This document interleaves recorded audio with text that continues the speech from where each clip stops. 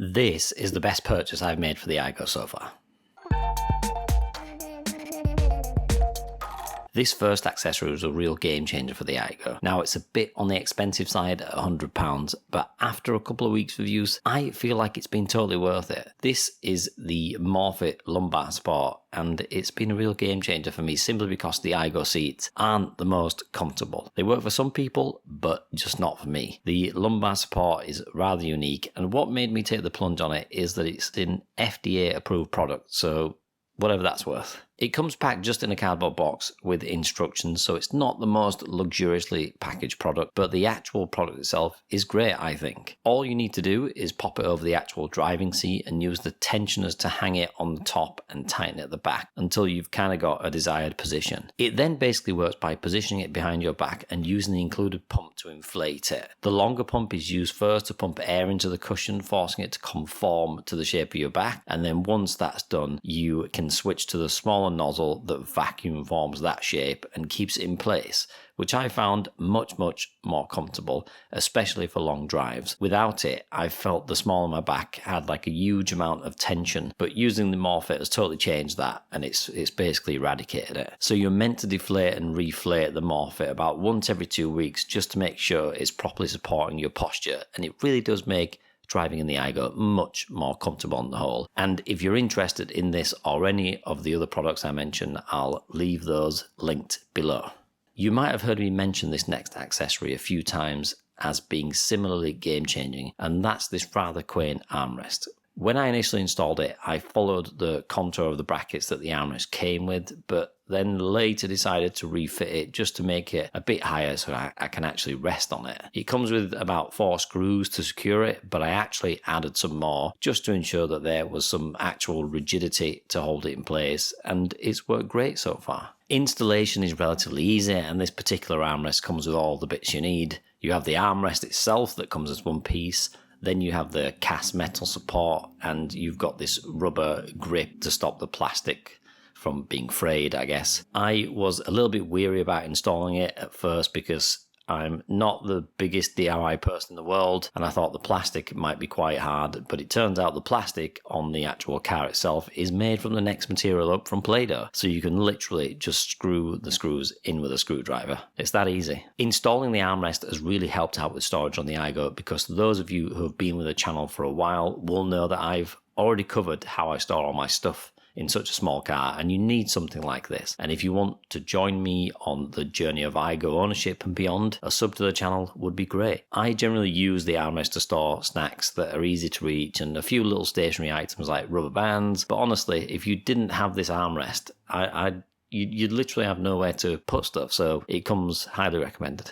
Speaking of recommendations, if you don't have a dash cam, what on earth are you doing? I've always had one in my cars, just purely because, as safe of a driver that I think I am, there are tons of other drivers on the road, and quite a few of them are rather reckless.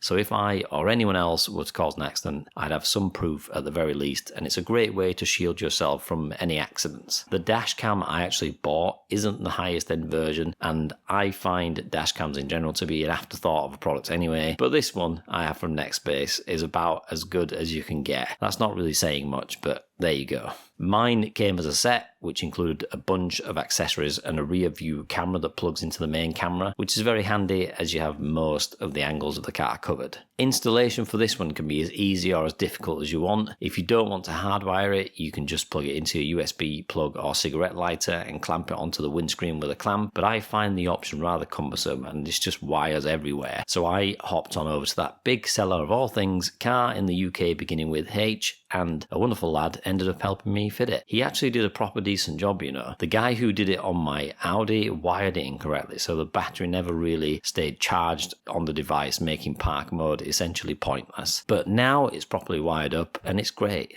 I think this is one thing I really want to learn about cars is hardwiring my own dash cams, and it'd also save me a good 70 quid too.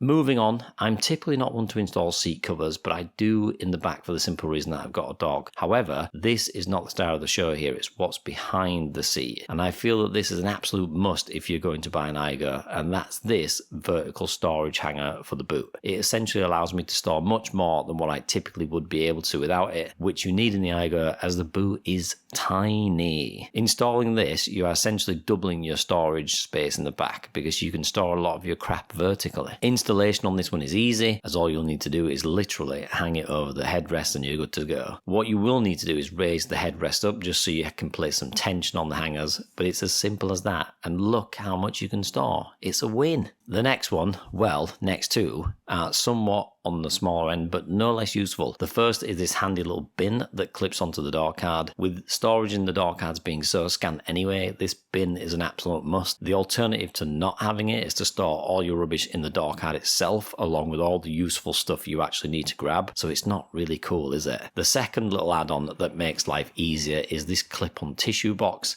It's super handy and fits about half of an actual box of tissues in it, so it's not one of those unwieldy things that block your entire view. One more thing as well is my little phone holder that sticks onto the windscreen, and for this is actually a PSA, or rather a warning. Don't buy one like this, because the Mark II Aygo isn't that well insulated from vibrations and noise. The phone holder ends up vibrating, and if you go over big bumps, your phone will end up hitting the deck faster than you can say deck. So don't buy it. I'm actually still on the hunt for a decent phone holder, so please put your recommendations in the comments below, along with any other accessory that you think I should buy. Regulars of the channel might also remember that I've talked about soundproofing the Aygo when I obviously talked about it having vibrations and being quite noisy, and it is something I'm actually doing, so stay tuned for that. It's just super labor intensive and it's taken me a lot longer than what I'd like. But if you want to catch up on other videos on the channel in the meantime, these are the most recent ones,